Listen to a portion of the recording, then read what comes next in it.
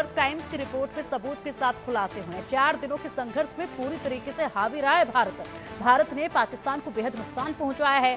पाक के सैन्य ठिकानों पर भारत का सटीक निशाना जो है वो लगातार देखा गया। हाई रेजोल्यूशन इमेज के आधार पर तैयार की गई है रिपोर्ट। अब देखिए, अगर बात की जाए तो पाकिस्तान की तरफ से बड़े झूठे दावे किए जा रहे हैं, क्योंकि झूठ बोलने में महारत हासिल है पाकिस्तान को और वहां के आवाम को, वहां की सेना को, वहां की सरकार को। और ऐसे में बड़े दावे किए गए। इसी के साथ उनके जो सोर्सेज हैं वो इंडियन मीडिया ही या फिर कहीं कि कहीं से भी वीडियो सोशल मीडिया के माध्यम से उठा लेते हैं और उसको गलत तरीके से एडिट करके पेश किया गया है।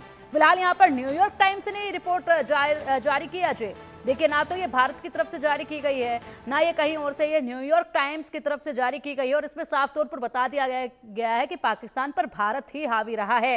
अब इस पर भी क्या कुछ कह सकता है पाकिस्तान? बड़े अफसोस की बात होगी अगर इसको भी नकारा जाएगा तो।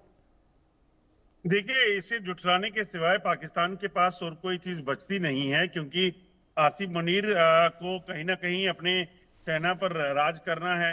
वहीं शहबाज शरीफ, क्योंकि सरकार जब कोई डेमोक्रेटिक कंट्री होती है जहां से इलेक्टेड गवर्नमेंट होती है, तो उसमें जंग का फैसला सरकार लेती है क्या करना है। तो शहबाज शरीफ का जो है अहम रोल है, तो शहबाज शरीफ जो है वो भी इस चीज को मानेंगे नहीं और कहीं ना कहीं इसे मोटिवेटेड कहेंगे। अदरवाइज अगर सच्चाई देखें तो न्यूयॉर्क टाइम ने बाकायदा जो हाई रेजोल्यूशन इमेजेस हैं उन ठिकानों की जहां पर भारतीय सेना का हमला हुआ, एयरफोर्स का हमला हुआ, वो अपने आप में बताती हैं कि कैसे टेरर लॉन्च पैड और कैंप जो थे उनको ध्वस्त किया गया और कैसे आर्मी के जो बेस थे, एयरफोर्स के जो बेस थे, वहां पर जो है वो सटीक निशाना लगाकर भारतीय वायुसेना ने जो है उनको तबाह किया और उसी के मद्देनजर, उसी की वजह से पाकिस्तान को इतना नुकसान हुआ। और ये इमेजेस जो हैं वो झूठ नहीं बोलती, तस्वीरें झूठ नहीं बोल सकती। आप कहानियां बना सकते हैं जैसे पाकिस्तान बना रहा है, मगर जो तस्वीरें दी गई हैं एक इंडिपेंडेंट एजेंसी ने जो जारी की हैं, वो अपने आप में बताती हैं कि पाकिस्तान ने वो बुरा वक्त किस तरीके से देखा और इसीलिए वो यूएस के पास पहुंचा कि कम से कम अब बचा लीजिए, अब जो युद्धबंदी है वो करवा लीजिए, सीजफायर करवा दीजिए, वरना हालत काफी खस्ता होने वाली है।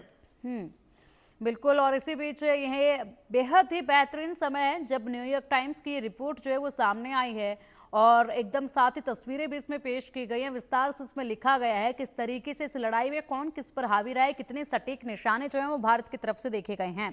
ऐसे में पाकिस्तान के जो सोर्सेज हैं वो भी बहुत अद्भुत थे। सोशल मीडिया के माध्यम से तो वो दावा करते नजर आए थे और अब लगातार बड़े बड़े भाषणों की वीडियो जो है वो वहां से निकलकर सामने आ रहे हैं। इसी बीच अगर बात की जाए, अगर हो सकता है बेहतरीन, तो आतंकवाद पर भी कुछ लिखा जाता न्यूयॉर्क टाइम्स में तो वो और भी ज्यादा अच्छा होता। जो आतंकवाद को लेकर वीडियोज निकलकर सामने आ रही हैं अजय। देखिए, एक चीज बड़ी साफ है, जब चीजें हुई हैं तो एक चीज याद रखिए कि चाहे वो इंटरनेशनल न्यूज एजेंसीज हैं या जो रिसर्चर्स हैं, वो इस चीज को जरूर जो है रिसर्च करेंगे और देखेंगे कि आखिरकार भारत ने जिस चीज का क्लेम किया है उसमें वाकई क्या है। अब हाफिज सईद को तो मोस्ट वांटेड टेररिस्ट कहा जाता है दुनिया का, इसमें उसके ठिकाना ध्वस्त हुआ है, तो वो अगर रो रहा है तो इसमें गलत क्या है। मसूद अजहर को दुनिया जानती है कि वो एक टेररिस्ट है, टेरर कमांडर है, और अगर उसके घर के 14 सदस्य मारे गए हैं तो इसमें गलत क्या है।